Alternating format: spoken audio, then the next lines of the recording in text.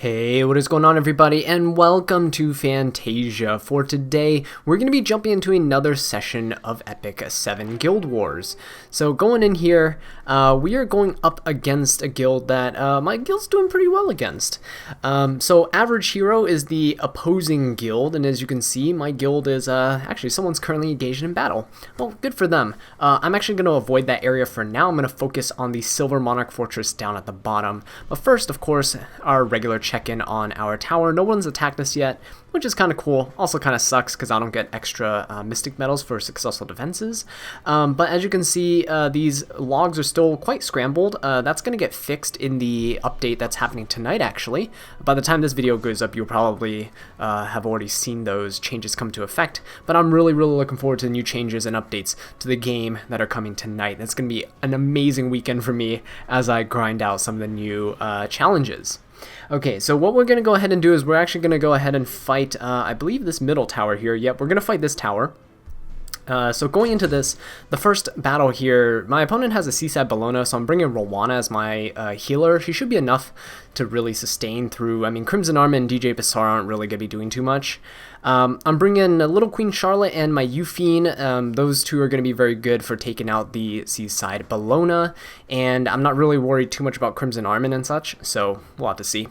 For the second team here, we're going with Acades, Ken, and Crimson Armin to go up against. I think I've lost this team last time because Charles was like RNGing me to oblivion.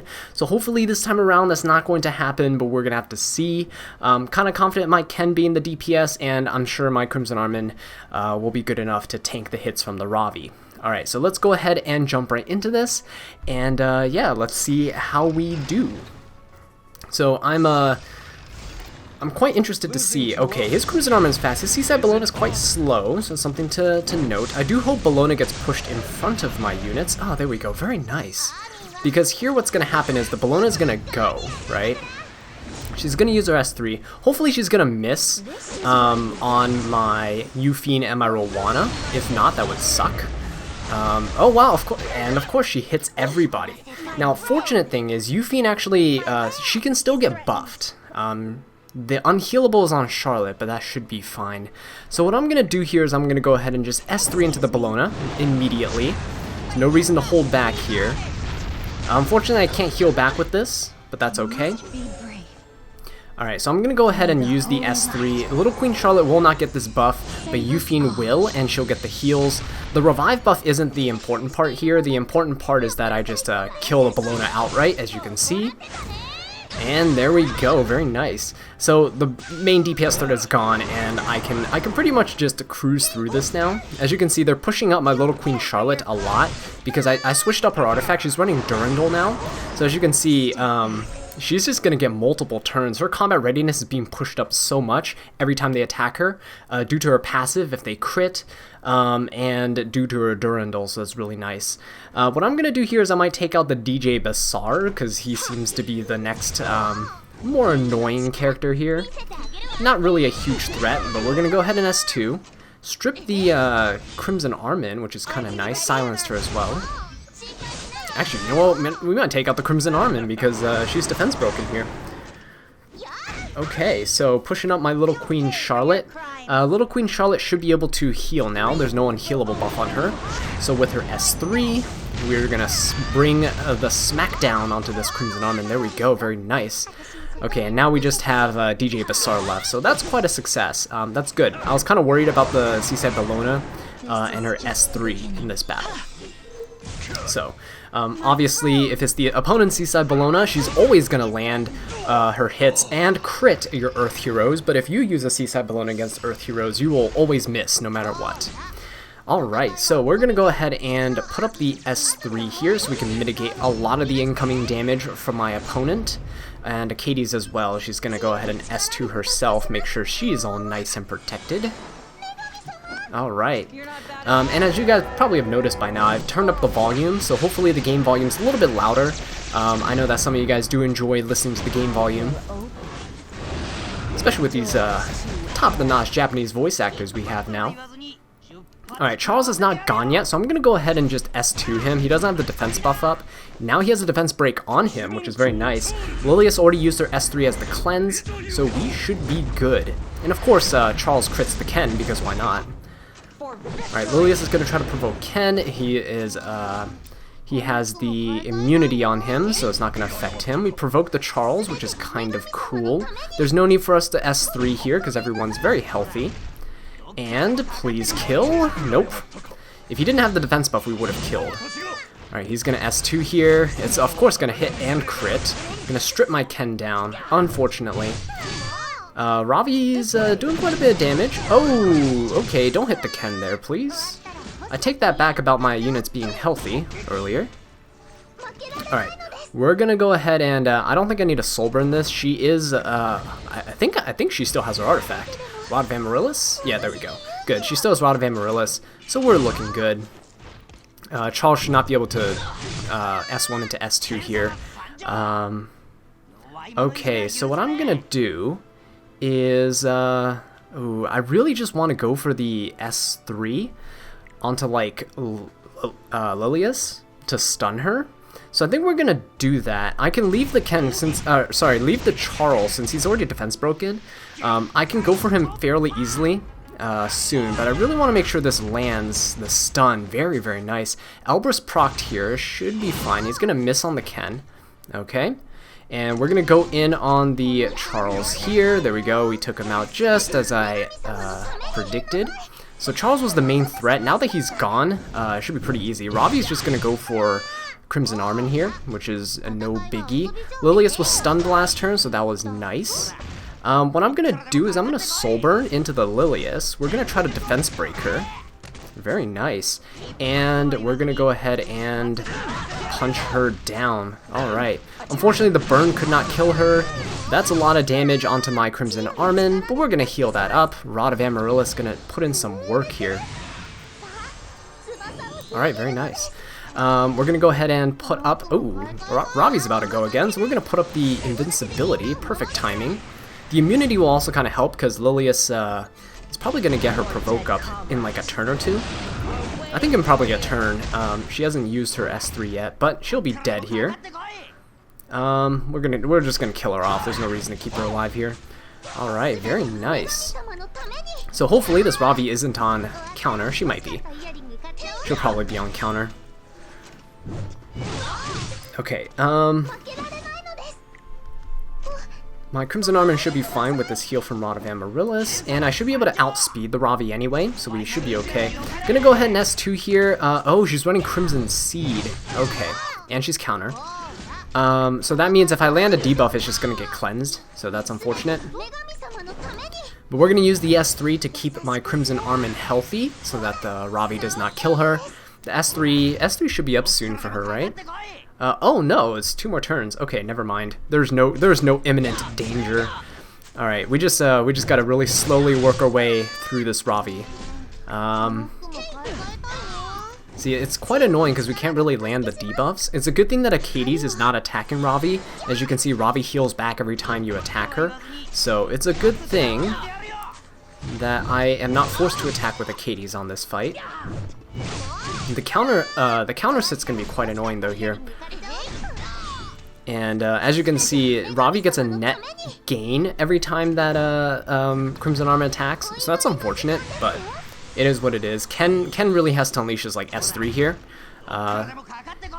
Hopefully Crimson Seed only cleanses like the attack down and doesn't cleanse the stun, but we'll have to see. We also can Soul Burn our S2 into S1 next turn, so that's gonna be very nice. Alright, nope, Crimson Seed cleanse, so unfortunately, no benefits there. This is not going to kill my Crimson Armin. It's going to deal quite a hefty chunk of damage, but I'm going to avoid attacking her, just so that she doesn't heal back the health. So next turn when Ken goes, he can very easily finish her off with a Soul Burn. Okay, Crimson Armin outsped my Ken, so all that for nothing. Alright, so now we can go ahead and defense break, guaranteed. Oh wait, yeah, Crimson Seed, that's right. But we should be able to go into S1. It'd be so, if I had the defense break, I'm telling you, she would have been dead so long ago. But she has the burn on her, which is kind of nice. It's probably going to be cleansed because my Crimson Armin's about to attack. So that's unfortunate. Oh, hey, her Crimson Seed didn't proc that time. Very, very nice. She's provoked. Okay, another burn. The 2 burns weren't enough. Ken's attack isn't really that high, so the burns aren't going to scale that well. Alright, we're almost there. We almost got this. Alright, we're going to attack here. Dual attack, kind of, Yeah, she's healing back quite a bit. Okay. Stop getting turns, Ravi. Alright, we're going to go ahead and cleanse here. We're really relying on our Ken to get off his cooldown so he can... Oh, there we go. Speaking of getting off his cooldowns, we can S2 Soul Burn, and... Okay, very nice. If she didn't go down there, she was definitely going down with the S1. Okay, so that took quite a while on the Ravi, but hey, still pretty nice.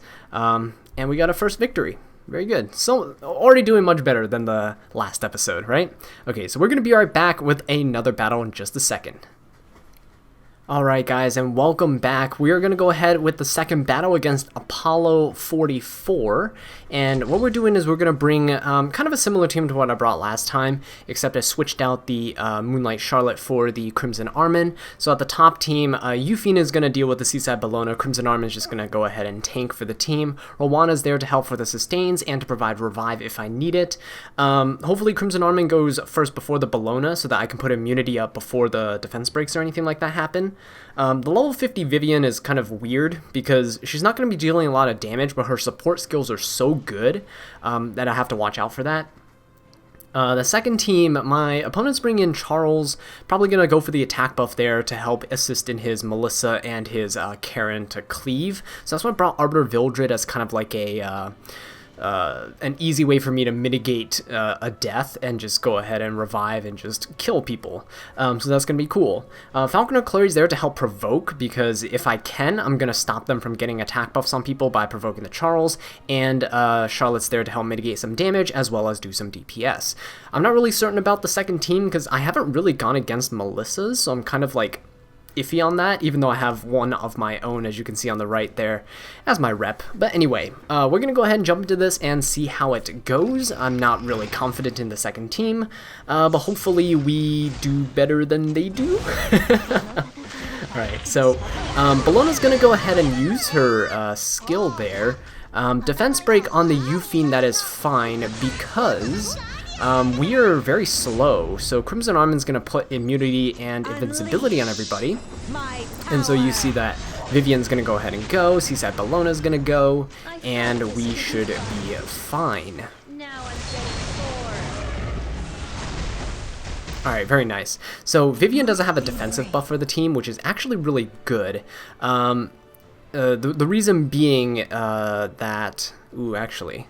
Do I need to do S1 or S3 here? So the reason being that Euphine actually gets extra damage off of her S3 if the opponent's buffed. So let's see here. The Bellona's not that big of a threat. I think we can kill Seaside Bellona. We should be fine on that front. The Vivian's not even really Molud. The Vivian, yeah, so we should be fine. I'm gonna go ahead and the Bellona's not gonna deal much damage to my Euphine, so I'm gonna go ahead and put a barrier on her. I'm gonna soften up the Seaside Belle here just a little bit. She does have damage share, but that should be fine. We should be able to deal enough damage to one-shot her here. There we go. Very, very nice. Easy. Okay, so Bellona's gonna go. We're all immune at this point, so it doesn't really matter. And yeah, I'm gonna go ahead and attack the Vivian. She's gonna use her S2. Yeah, that's a real supportive build. There's no damage going on there. This Bellona's going to be spamming quite a bit of her skills, but fortunately for me, Rowana is just absolutely busted here. So we're going to go ahead and S1. No need to really S3. We're going to go ahead and try to strip the attack buff. Yep, very nice. Got the attack buff on myself as well. And we should be able to end it this turn. There we go. Euphine pulling through again. This is like a Euphine showcase. She's so good at dealing with Seaside Bellonas and stuff. Again, certain comps I try to bring her in. I do need to re-gear her. I want to make her even stronger and hopefully a little bit more bulky, because right now she's a little squishy, so that's why I'm kind of hesitant to bring her against some team comp sometimes. Alright, so looking at this, I'm probably going to go ahead and just provoke the... because Charles is going to go after, or before my Arbiter Vildred. So I'm thinking I can provoke and defense break the Karen, so Arbiter Vildred could just kill her off. That way we should be good. It's going to give the attack buff to, it's going to give the attack buff, oh, whoa, that's a, oh, hang on, big regrets. That's a very resistant, Bloodblade Karen. That is not good. So what I'm going to do here is we need to kill this Bloodblade Karen, so hopefully Charlotte will have enough damage to do this. Yeah, she should definitely have enough damage to do this. Very, very nice. Okay, Arbiter Vildred got a greater attack buff, which is fantastic. We can cleave the Melissa out into oblivion, and there we go. Arbiter Vildred goes again thanks to Clurry's push. We can Soul Burn and kill the Charles. Very, very nice. So he tried to cleave us. Too bad we got the cleave on him. Falconer Clurry, too good, even though she didn't really do anything there.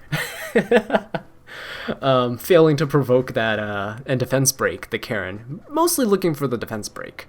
I don't know if I said provoke or defense break earlier. But anyway, with all that yip yap aside, let's go ahead and jump into the third battle.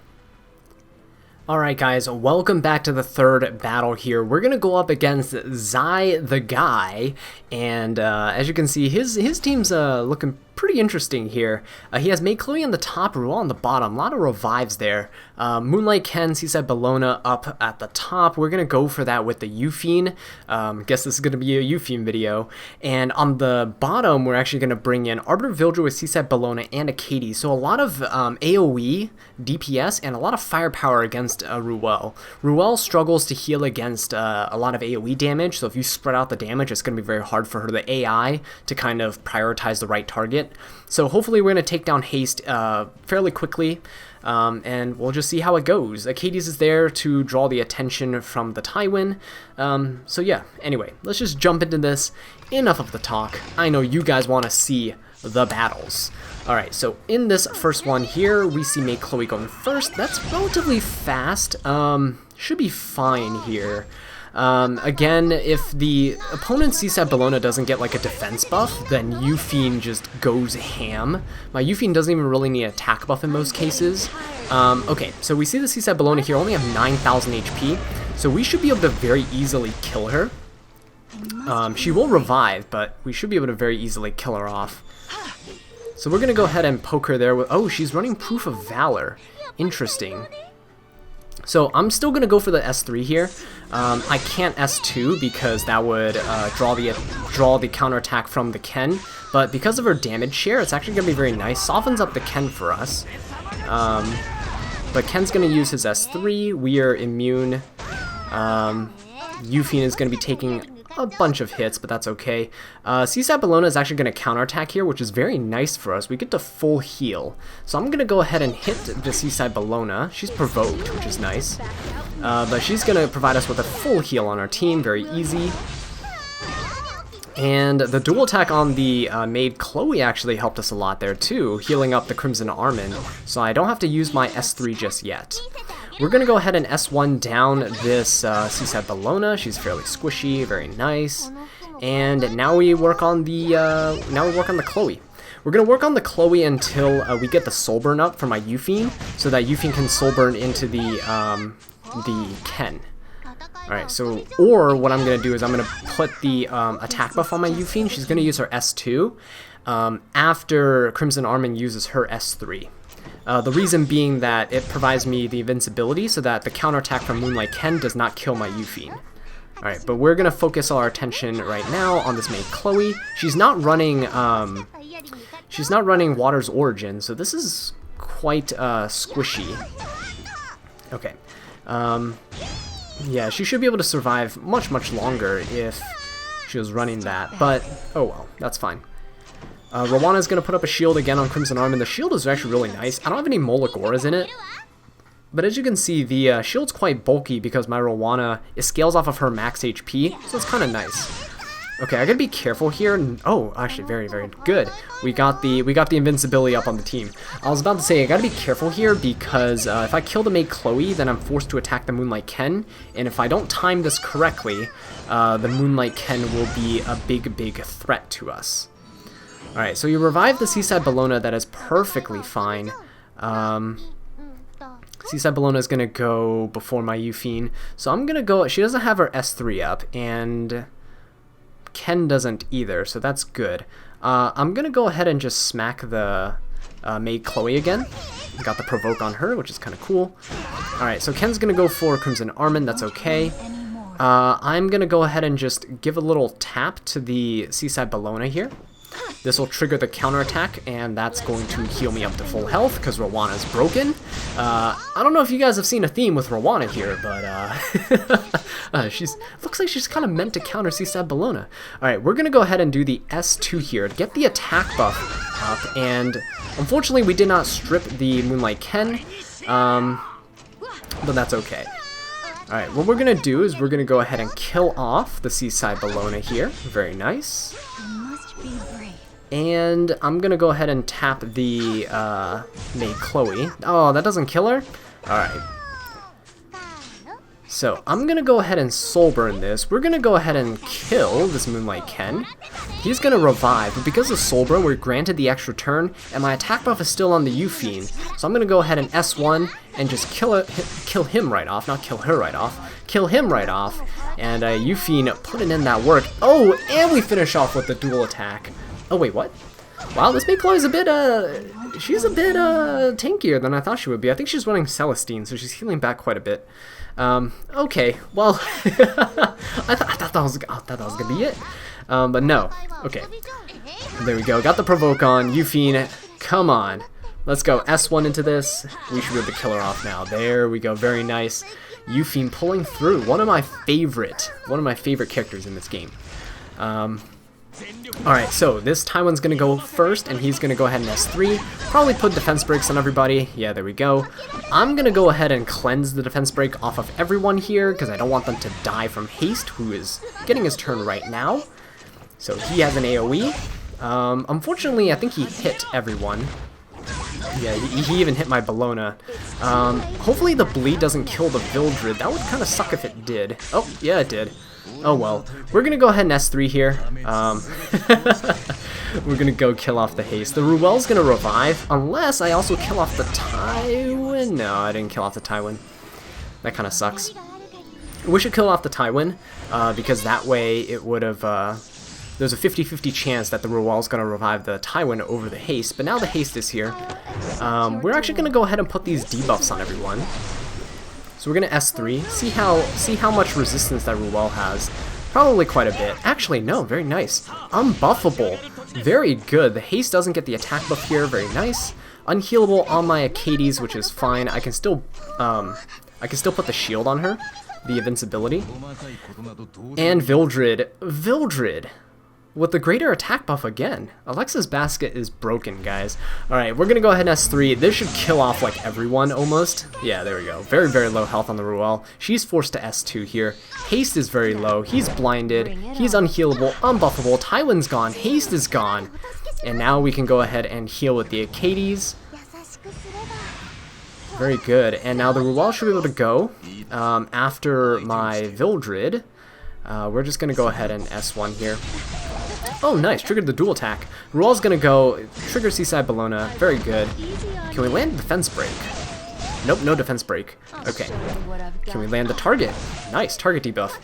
This is why Ruel should definitely be built with a ton of effect resistance, because as you can see, it's not good when she's pressured like this. Alright, we're gonna go ahead and S3 here to finish things off, and there we go. Very, very nice. Huge contrast to the previous Guild War. Me bringing out the big guns of Euphine, carrying us to victory this time around. So there you have it, guys. ClubAnubis versus the AvgHero. That was a 3-0 for us. and it looks like we're on track to win this guild war. Anyway, guys, thank you all so much for watching this video. I really do appreciate it. If you enjoyed it, please leave a like, subscribe for more Epic 7 content, and leave a comment down below. Let me know what I can do to improve. And until next time, take care.